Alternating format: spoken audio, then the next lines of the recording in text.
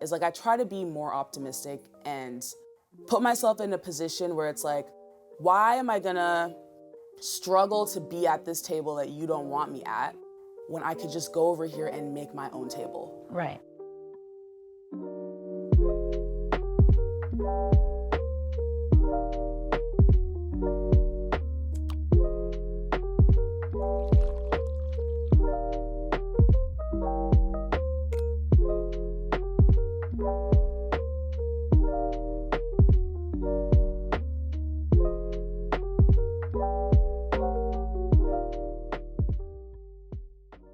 Hi, I'm Stacey Lee Kong, and you're watching Making Our Own Way, a Friday Things video series about GTA creatives who are figuring out their own paths to success. Today, I'm chatting with Melissa Falconer, a self-taught visual artist whose work I love. Melissa, thank you so much for being here. Thank you so much for having me.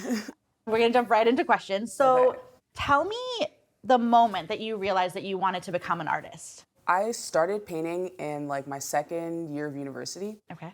And my first painting was a portrait of my mom for Mother's Day. And she really loved the painting. So that year for Christmas, I gave like all my friends and family paintings of themselves as gifts. Like I just painted them and they all really loved them. So I'm like, I like doing this. This is fun. Maybe I should keep doing this. It was still kind of like a side thing I was doing for fun. But then one day I saw this woman online and she was selling these like silhouette paintings. Yes. Like very simple, just like a black portrait with like a one color background. And she had like this whole business selling these silhouette paintings. And I saw that, I was shocked that she was able to turn that into a business because I've never seen that before.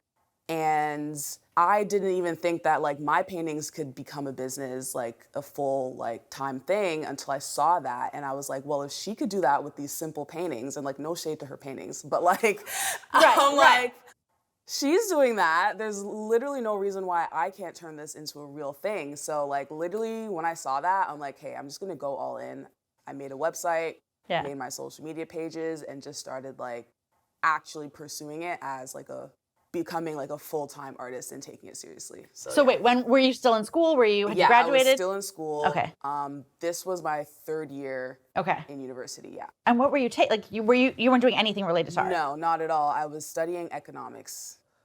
I mean, I love that. You love economics? Well, I like the idea of, I love that you were studying economics, but also I think having that kind of background and like that kind of insight is really interesting and probably adds to like your life perspective in a way that other people don't have. Yeah. I don't actually know anything about economics. I just like the concept. Oh yeah, okay. That's where I'll go with that. It's really boring, but sure, whatever, that's fine. That's an aside. But so then how did you figure out your style? Because I love, like, for sure discovered you on social media and was like, oh, I just love this. Like this is so fun and so cool. Thank you. How did you do that? I honestly didn't know anything about art. Like I didn't study art. I just didn't know anything. But like one of the first artists I saw was Andy Warhol. Right. Obviously, he's a very popular mainstream artist. And I really just loved his work. Like the colors just popped to me. The fact that he had like a marketing background really resonated with me because at the time I was thinking of going into marketing because I like that kind of creative stuff. And I felt like that's probably one of the most creative like corporate careers. Yeah, like things that you can do for sure. Yeah. And I just like the way he integrated like popular media with like these really colorful like pop art style paintings. And that was my first like exposure to what pop art was. Mm-hmm. And so that's the biggest inspiration for my artistic style. So I started using similar types of colors and like design aesthetics, and that's where I kind of get like blocking out the different shapes in my portraits and like using like unconventional color palettes and stuff like that. And then over the years, I kind of like turned it into my own unique style, just like off of like aesthetics that I like more. But yeah, that I would call my style like pop art based off of that. Yeah. Yeah. But even like your style is so distinctive though, like the colors that you use. I love the like the shade of blue or the shade of yellow or the shade of purple is very recognizable. Yeah, because that's like my aesthetic. I like pastel vibes. Yeah. Certain shades of pink, certain shades of blue. Very but- specific Yeah. ones. Got it. So the colors that I just gravitate to, and I didn't even plan it. Like I took a step back and I realized that I was using You're already the doing same it. color. Yeah.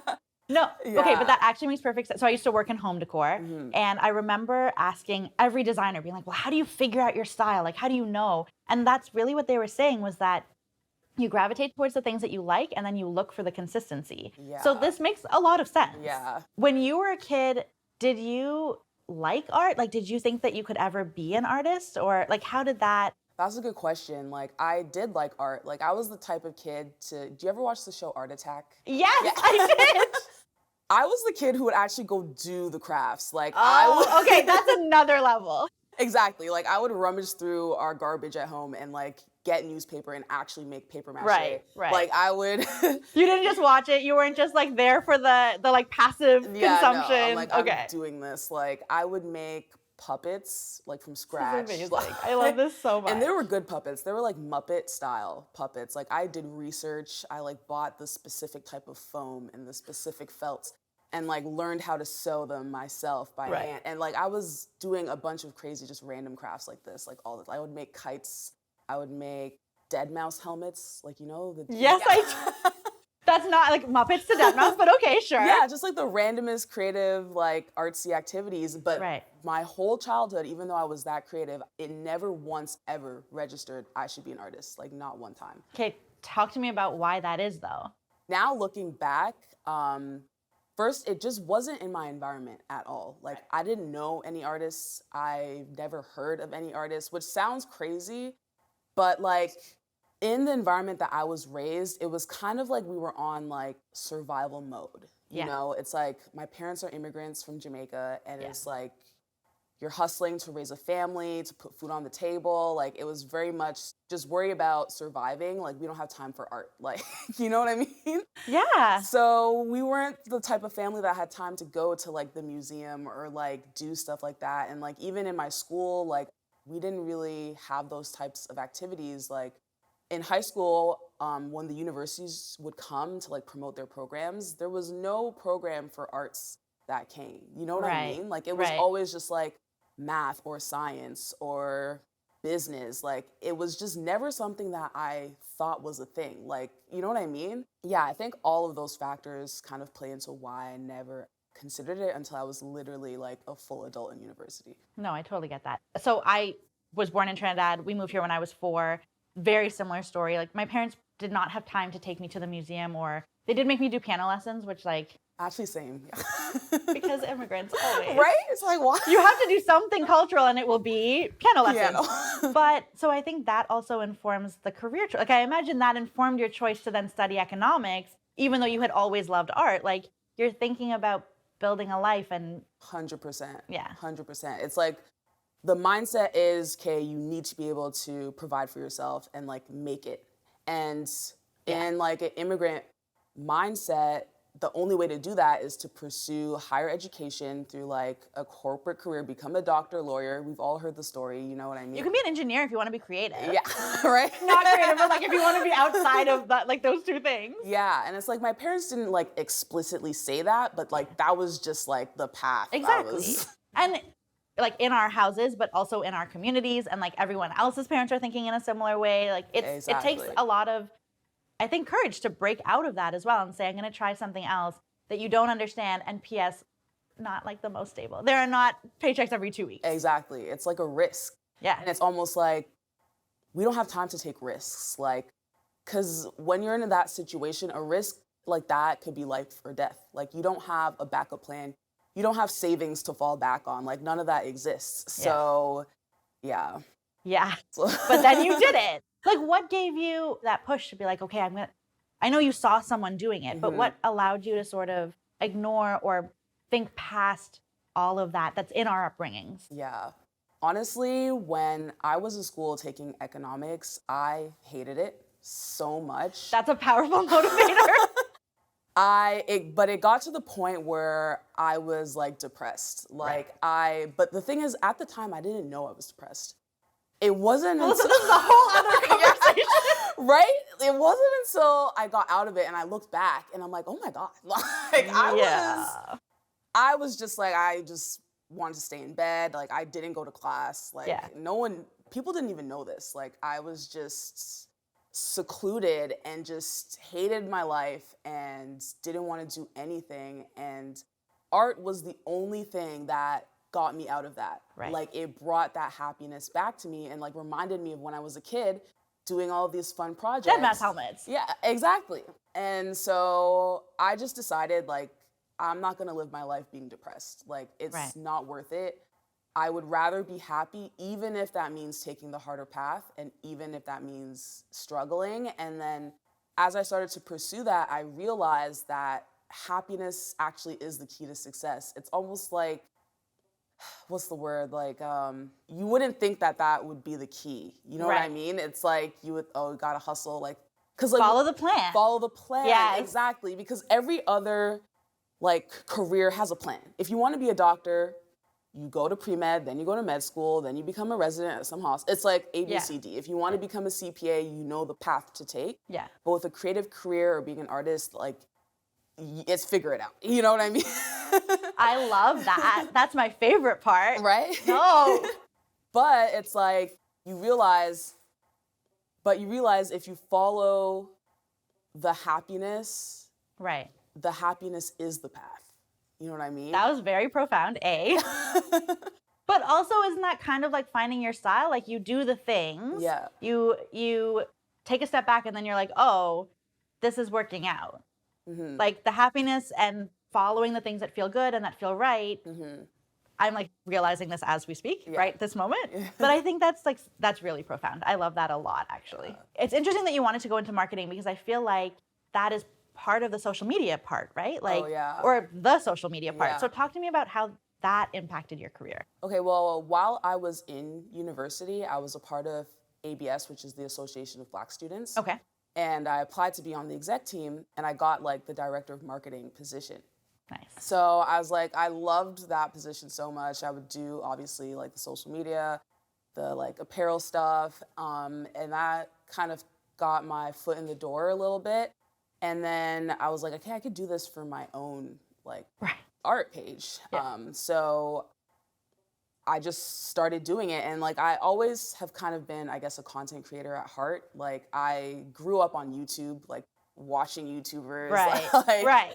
So I kind of felt like I knew I could figure out what to do if I just tried doing it. And so I gave myself a challenge to do like one painting a day and post it on Instagram.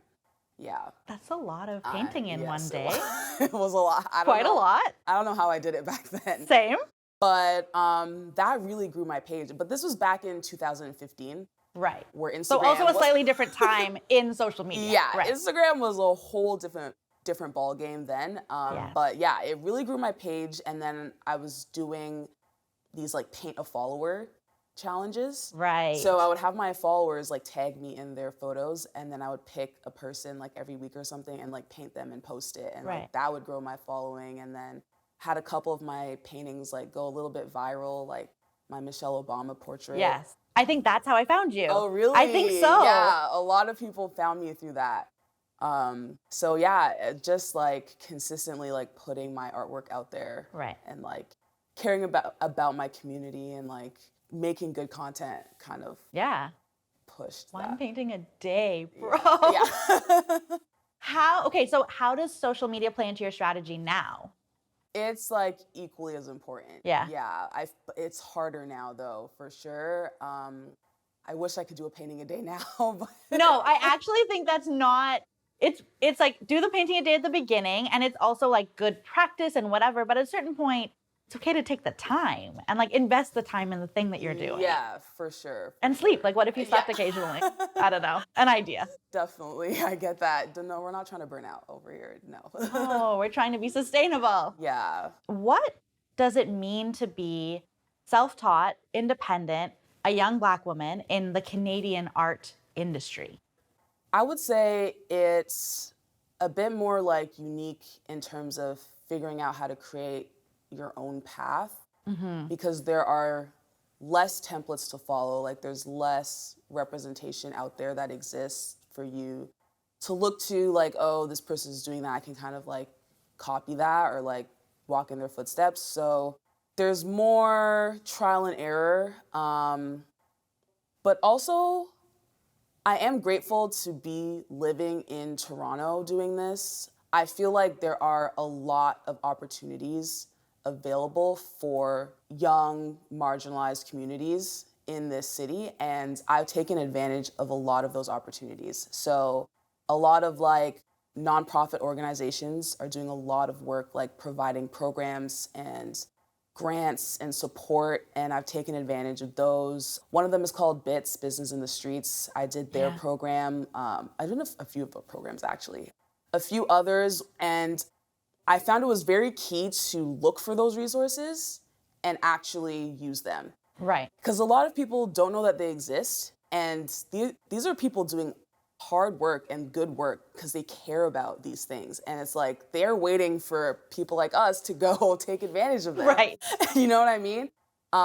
So yeah, definitely leveraging those opportunities and going to where I felt like I was accepted. Like I feel like a lot of the conversation with like Black artists is that we're not given a seat at the table and we're not given those opportunities. And my perspective on that is like I try to be more optimistic and put myself in a position where it's like, why am I gonna struggle to be at this table that you don't want me at when I could just go over here and make my own table? Right. Or go to a table that is already preparing a place for me and like build up that table until your table over there, you see my table and like we're even tables. You know what I mean? It's like I would rather do that. Like I understand the importance of, you know, having a table that includes everyone. Yeah. But if we're not there yet, I feel like that is a better route. That's the route that I took because the community is here, you know? Yeah. And like to your point, eventually that table is going to be like, oh, what you're doing over here is so interesting. Yeah. Like,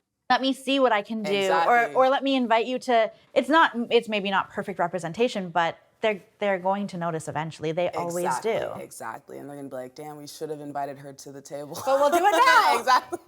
And now it costs more money. So. Exactly. Exactly. And I just feel like that gives you a bit more confidence. Like, you know, yeah, it's like a bit of struggle life vibes, but unfortunately, that's what comes with being, you know, part of a marginalized community in Canada. It's either you're gonna, you know, pull up your boots and figure it out, or lay on the floor and die. That became very dark and like slightly dramatic, but okay. That was a bit extreme, but like that's just what came to my head. No, but I think it's like, I do think you're right about finding that feeling of empowerment and finding that feeling of recognition within our own communities and for the people who like already care about what we're doing. Exactly. And then think about getting bigger and then think about like where else you can go. Because like the reason we're doing this is our communities. Exactly. So having that at the center does make a lot of sense. I think it's so interesting though, because what you're kind of getting at too is the idea that our marginalized identities do offer and kind of lead to a lot of challenges, but there's opportunity there as well. 100%. For me, a lot of it is about perspective. Like, which perspective are you going to choose to have about the situation? Because you can't change the fact that you're a Black woman. So you cannot, and you shouldn't want to. Exactly. Like that's the thing that is making your perspective is what is making your work stand out. Exactly. It's like, it's a gift. I consider it a gift. Like, you know, to have this view of the world. I can't change the people who choose to be oppressive, but I can change the systems. I can do something to try and change society. So it's like I would rather put my focus on what I can do than like focus on the people and the systems that are trying to pull me down. You know what I mean? Yeah, it is important to look at that, but for me, I just feel like my energy is better placed in like the more optimistic perspective. The thing I've been thinking about recently too is why are we doing this if we don't have hope that there's going to be change and if we don't believe that things can get better? Exactly. So like having optimism really infused into everything makes a lot of sense. Yeah. I feel like, and I'm so interested to hear your perspective, I feel like there was like 5 minutes in 2020 where everyone took what we were doing seriously. Like I had people, I've been obviously talking about diversity and inclusion and equity and racism and sexism and all of these things. Like I had been talking about that probably my whole life. Certainly I had been talking about it professionally for a long time. I had been writing about it for years at that point. And I still had people say, oh my God, I never knew this was happening. And like editors who edited my work that I wrote. So I was also a little worried about the editing. Read it? Literally, I was like, but how did you? Okay. But in 2020, I had this feeling of like, okay, you're finally listening. You're finally paying attention. Yeah.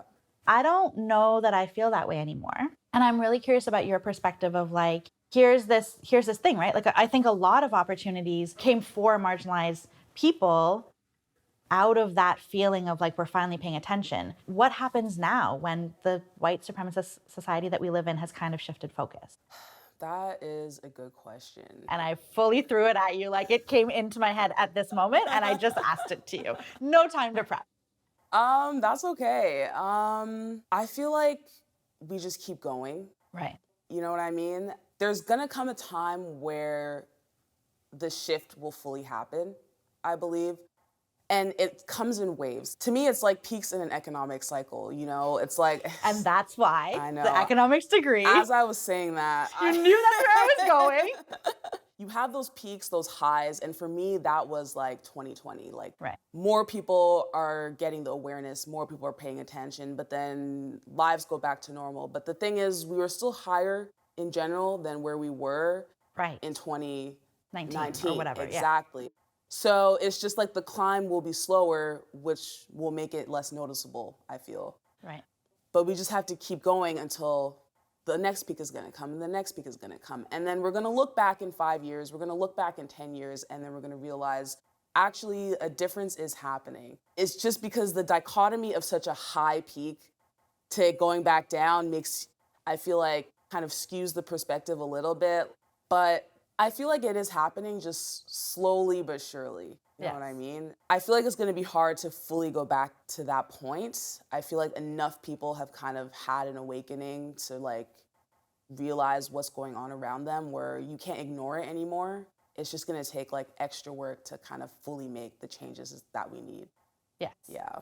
I always think of, sometimes I'll be talking to people who have been doing this work for longer than I have and expressing that frustration that I clearly forgot the message because I just asked that question. But I'll be like, you know, I want things to change more. I want things to change faster. And there's like, I think the important perspective of it took a lot longer than 8 months in 2020 to create this world and to create these problems. And so we can't actually expect to undo them. 100%. Like, have you seen that graph of like... Yeah.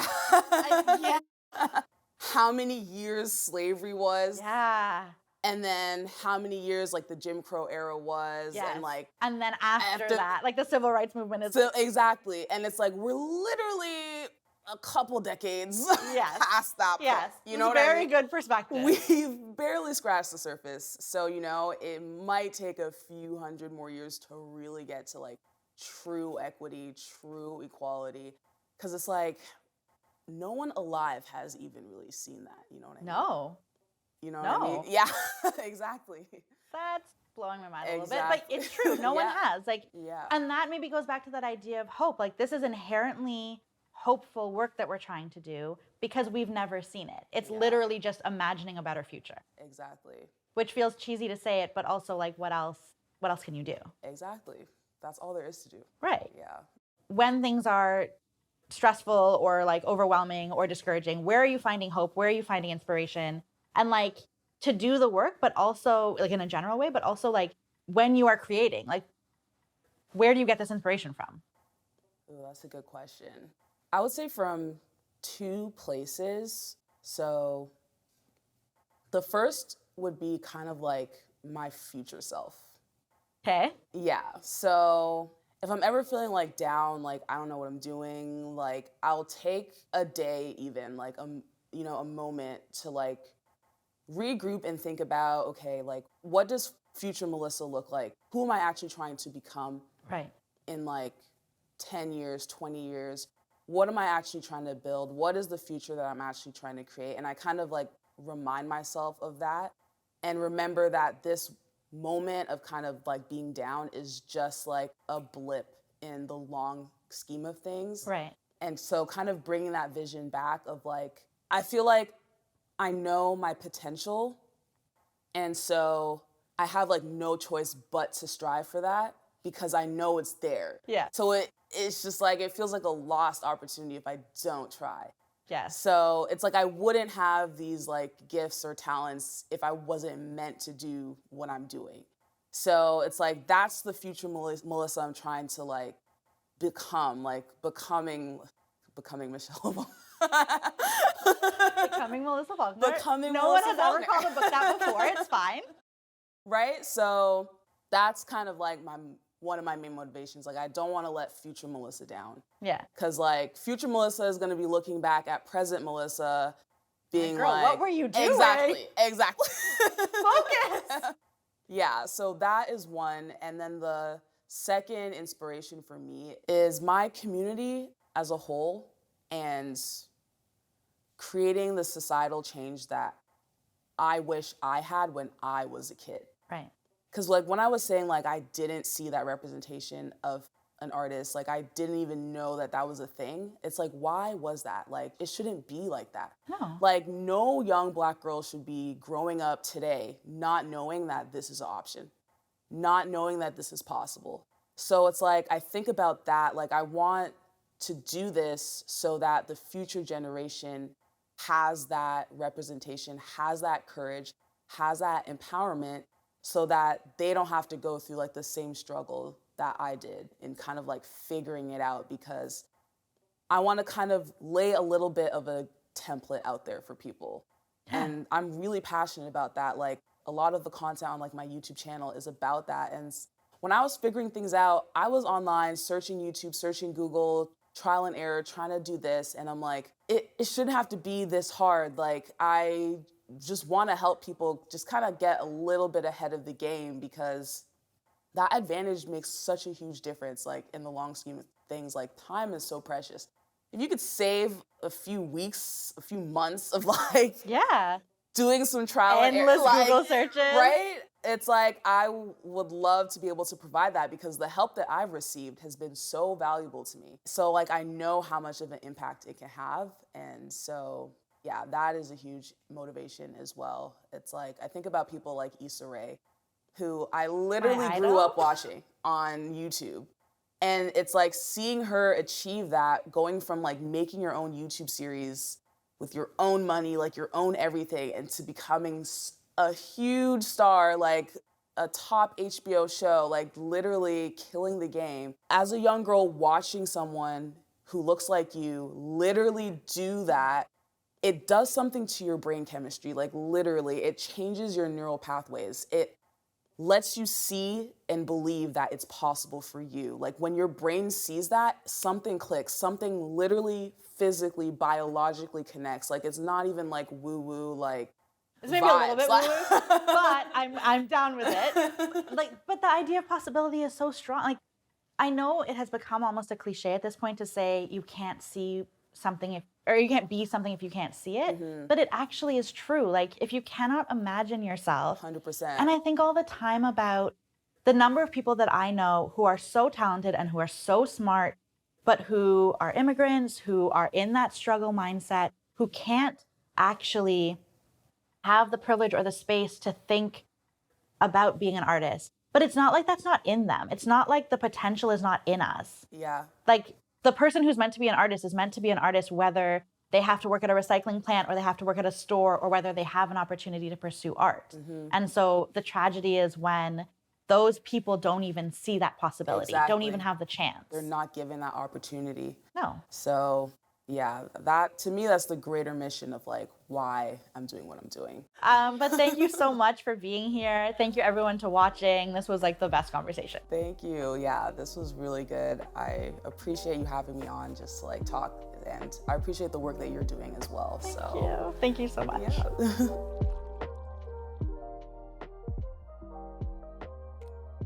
Oh yeah, is there anything do I want to plug anything? Yeah, feel free to follow me on social media. My username is @MelissaFalconer on Instagram and TikTok, and mFalconer on YouTube. And my website is mfalconer.com, so you can check out my content and my artwork there. You actually should. Like, you're losing out if you're not. Cool. Okay. So, That was so good. That was such a good chat. I love that. Thanks, guys.